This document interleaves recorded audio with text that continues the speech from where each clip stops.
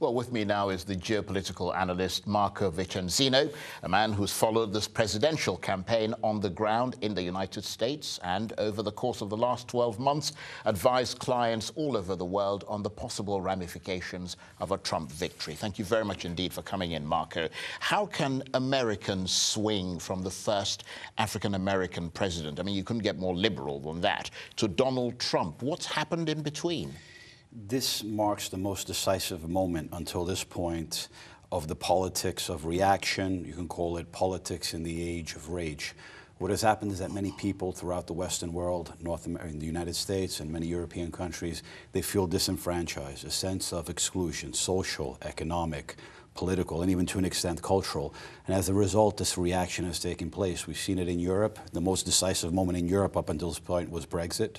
And then also you have another upcoming moment, for example, on December 4th in Italy, there's a referendum whereby these politics of reaction may triumph once again.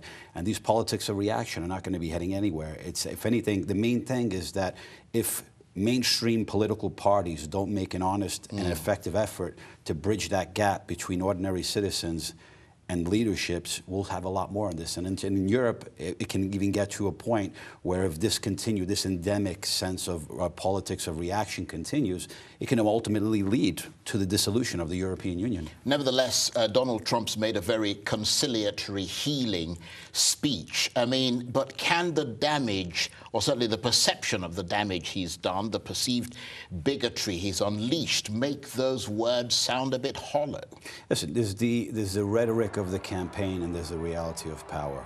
And the reality of power is going to require leadership, is going to require proper, more effective rhetoric in the sense of his speech after it was announced that he had won the presidency, and then he became president-elect. He began on the right track with a conciliatory speech. Of course, it will take time, and not just time, also actions. If he's able to reach out to those that he referred to, that those who did not vote for me, if he can reach out to them in an effective fashion, once again, not just through rhetoric, but through action, it can make a change over time. There's two things to distinguish here. There's a domestic policy front and the foreign policy front. On the domestic policy front, you're likely to see a lot of changes, particularly if you're looking at things like Obamacare, immigration, the trade issue, which overlaps also into the foreign policy realm, and also you look at issues of the Supreme Court.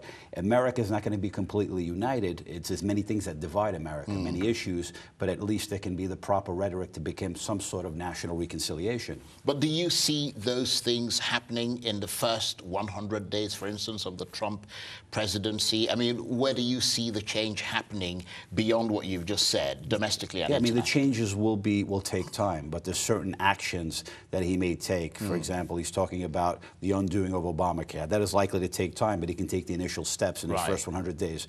An important thing would be nominating a Supreme Court justice. He's already put out a list, a short That's list. on the domestic front. What about reshaping defense policy, for instance? Well, you've got Iran. You know, he said he was going to tear up the agreement with Iran. You've got NATO. On the foreign policy front, apart from the issues of trade, where he's provided some more details, he largely remains a blank slate.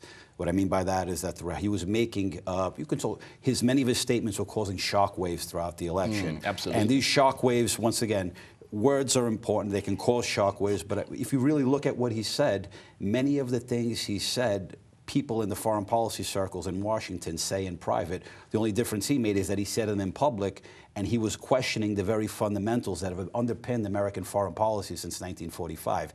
He didn't say he was going to do these things exactly, but he raised the issues, and those causes shockwaves. People around the world were not accustomed to hearing people, particularly American officials or American presidential candidate, questioning such fundamentals. And it's going to take time in the sense that he remains a blank slate. He has to engage in a foreign policy debate within his own party and between allies and partners, because for a long time, I think the partnership, the alliances have been taken for granted. There really needs to be some fundamental conversation and a dialogue, a very frank one, about how to renew these foundations and rebuild these bridges. Marco, thanks very much indeed. Marco Vicenzino, the geopolitical analyst.